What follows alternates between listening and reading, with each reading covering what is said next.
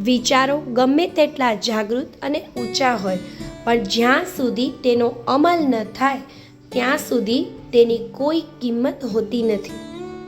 જે દાન કરી શકે એ જ ધનના સાચા માલિક છે. બાકી બધા તો ધનના ચોકીદાર હોય છે. દરેક વાત ઉદાહરણથી ન સમજાય. સુખ હોય કે દુઃખ, સ્વ અનુભવે જ અનુભવાય. ચિંતા ઉધઈ જેવી હોય છે. જેના જીવનમાં ઘર કરી જાય એનો સર્વનાશ કરીને જ જંપે છે. ભાગ અને ભાઈની પસંદગીમાં ભાઈને પસંદ કરજો. ભાગ તો દુશ્મન પાસેથી પણ મળશે, પણ ભાઈ તો ભાગ્યથી જ મળે છે.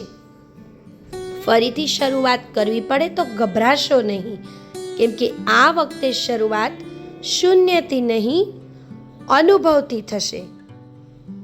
કોઈ વ્યક્તિને દુઃખ આપવું એટલું સહેલું છે જેવી રીતે સમુદ્રમાં પથ્થર ફેંકવો, પણ કોઈને ખબર નથી હોતી કે એ પથ્થર કેટલો ઊંડાણ સુધી ગયો હશે.